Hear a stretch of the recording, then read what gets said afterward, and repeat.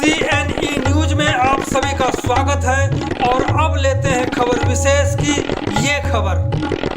निष्पक्ष और निर्भीक पत्रकारिता के लिए आप सभी सहयोग करें। हम बात करेंगे आम आदमी पार्टी की पार्षद प्रेमलता से। मुद्दा है चंडीगढ़ में बिजली विभाग का निजीकरण, जिसको लेकर पिछले कई दिनों से आंदोलन प्रदर्शन चल रहा है। जनता को जगाने के लिए इस निजीकरण को लेकर के कि आखिरकार निजीकरण जनता के हित में कहाँ पर है और अनहित में कहाँ तक है। जनता सोई हुई है। कुछ लोग कहते हैं निजीकरण तो हो के रहेगा, तो आंदोलन और प्रदर्शन करने से क्या मिलेगा। जनता के पास जो हक है संविधान के अनुसार, लोकतंत्र के हिसाब से, वो क्यों नहीं करना चाहिए। प्रेमलता जी, निजीकरण हो के रहेगा बिजली विभाग का, कई लोग कहते हैं। देखो, सबसे पहले मधुकर जी आपका बहुत बहुत धन्यवाद। शुरू से आपका देखा है कि मीडिया के माध्यम से जो चंडीगढ़ में है, आप अच्छे से खबरों को कवरेज करके, और चंडीगढ़ की जनता देखती भी है, वेट भी करती है कि कब मधुकर जी की वीडियो आए और हम लोग उसे सुने। खुद मेरे घर पे मेरे बच्चे भी ध्यान से सुनते हैं। आपका बहुत बहुत धन्यवाद। और आपने सही बोला है, क्योंकि चंडीगढ़ में अगर बिजली प्राइवेट हो जाती है तो वो ये नहीं है कि एक बंदे के लिए, किसी पार्टी के लिए के ऊपर वो करेगा, हर एक इंसान के ऊपर इस चीज़ का बोझ का बहुत बुरा असर पड़ेगा। क्योंकि आप सभी को पता है कि चंडीगढ़ में जो पानी के रेट हैं वो बिल्कुल ही एकदम से 3 गुना बढ़ा दिए गए थे। टैक्स लगा दिया गया था, कूड़े के रेट बढ़ा दिए गए थे, और उसके बाद आप देखो हर चीज़ जो है महंगी कर दी गई है। अब एक बिजली बची थी, बिजली की रेट जहाँ पर 4,000 रुपये आता है वहाँ पे करीब करीब 8,000 आएगा। तो पहले इन्होंने, मोदी सरकार ने किसानों के ऊपर बहुत, आपने देखा है कि कितना बड़ा पहाड़ टूट चुका था और ज़बरदस्ती इन्होंने कानून लागू करे थे। तो किसान अपने जो है भाई सारे सड़कों पे आ गए थे, हर चौकों के ऊपर खड़े हो गए थे।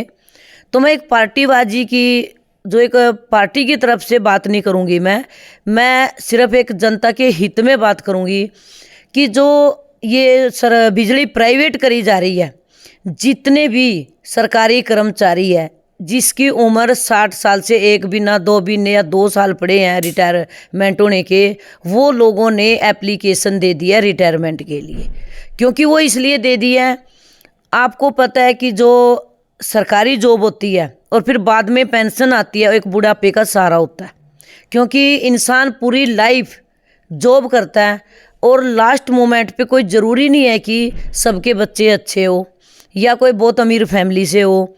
तो जो इतनी स्टडी करके, स्ट्रगल करके एक सरकारी जॉब मिलती है, जिससे उसे एक उम्मीद होती है कि कम से कम मैं बुढ़ापे में आराम से अपना रोटी का जो है वो हो सकता, जुगाड़ हो सकता है कि घर में कम से कम दाल रोटी तो चलेगी।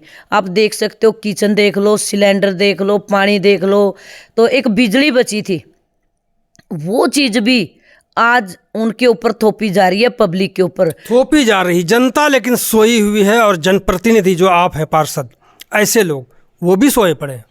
देखो जी, मैं परसों भी 34 सेक्टर से पैदल चली थी, पूरी 34 की मार्केट, पूरे एरिया में पैदल आते आते सारी 35 में भी घूमी, हर दुकानदार को बोला मैंने, और 34 में भी बोला, जो आज आप लोग छोले कुलचे और यहाँ पिज्जे खा रहे हो ना, एक दिन सभी दुकानदारों को भी पार्टी से हट कर, और दुकानदार सभी जो चाट खा रहे हैं, टिक्की खा रहे हैं, और जितने वहाँ पर बच्चे भी खड़े थे, मैंने उनको सबको भी बोला स्पीच देते हुए कि आज आप लोगों को कुछ नहीं दिख रहा है, लेकिन आने वाले वक्त में जब आपके ऊपर 8-8, 10-10 हज़ार रुपये बिल आएगा, उस टाइम आप लोगों को एहसास होगा कि आप लोगों ने क्या गलती की है।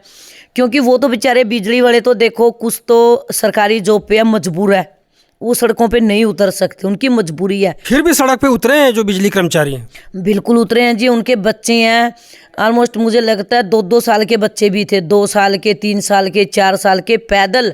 मेरे को देख के मतलब कम से कम 15-20 बच्चे थे, जो उनकी माएँ थी और बिजली वाले थे। क्योंकि उनके अंदर एक डर है कि उनको पता है कि अगर आप लोगों की जो है बिजली, और देखो अब सबसे बड़ी बात है, आप पीछे का रिकॉर्ड देख लो, बिजली विभाग ने हमेशा कमा के दिया है, लॉस में नहीं है वो। अगर लॉस में हो तो इंसान सोचे थोड़ा सा भी कि बिजली है जो लॉस में चल रही है, प्रॉफिट दे रही है, फिर भी ऐसी कौन सी इमरजेंसी है कि उनके ऊपर थोपा जा रहा है और वो टाइम से पहले रिटायरमेंट ले रहे हैं। अच्छा, उनको रिटायरमेंट भी नहीं दे रहे हैं, ये भी चीज़ है।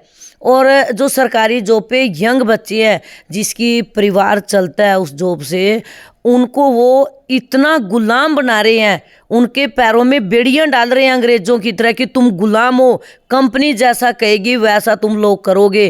क्यों भाई, ऐसी कौन सी इमरजेंसी है? बिल्कुल, तो समर्थन कैसे होगा? जिस तरह से आप लोगों ने कहा कि आपने जनता को जगाने की कोशिश करी, आप भी जाग गई हैं अगर आप ऐसा कर रही तो। जो कर्मचारी आंदोलनरत हैं और काफ़ी संख्या में कह रहे हैं कि वो आंदोलन के लिए लोग आने वाले हैं, ऐसे में आपका कितना समर्थन रहेगा उसको? देखो जी, किसानों के टाइम पे भी मेरा पूरा समर्थन था, पार्टी से हटके भी और पार्टी के पार्षद होने के नाते भी। जहां मेरे को बुलाएंगे, कल भी कजेड़ी में हमने बंदों को भेजा, आज भी उस तरह क्या बोलते हैं मनी माजरा है, मैं 22 में भी था, उसके बाद 17 में भी होता है। आपने देखा कुछ भी जनता के हित में कोई भी काम होता है तो मैं वहाँ पर पहुँच जाती हूँ। आज मनी माजरा गई नहीं मैं, क्योंकि मैं खुद आज एक डॉक्टर के पास जाना था। जहाँ भी बिजली वालों को पीछे भी कभी ज़रूरत पड़ी है तो मैं बराबर धरने पे बैठी हूँ, चाहे वो 17 में बैठे हो, चाहे वो 22 में बैठे हो, जहाँ मर्जी बैठे हो। अपनी तरफ से ऐसी कोई ज़िंदगी में चीज़ नहीं है, अगर बंदा पहले ही हार मान लेगा। एक चींटी भी होती है ना, वो बार बार सीढ़ियों पे चढ़ती है और बार बार गिरती है, फिर चढ़ती है। अगर हर इंसान जाग जाए, पार्टीबाजी से हटके सड़कों पे उतर जाए, तो ऐसी दुनिया की कोई ताकत नहीं है जो वो वापस लेने पे अगर मजबूर ना हो जाए तो उन्हें लेना पड़ेगा। लेकिन पब्लिक को सबसे पहले सड़कों पे आना होगा, हर चौकों पे आना होगा, शांतिपूर्वक आना होगा। कोई भी ऐसा काम ना करे कि जिससे पब्लिक को परेशानी होए या फिर कहीं पर भी मतलब कोई तोड़ फोड़ ना हो, कुछ नहीं हो। प्यार से अपने हक के लिए खड़े हैं हम लोग।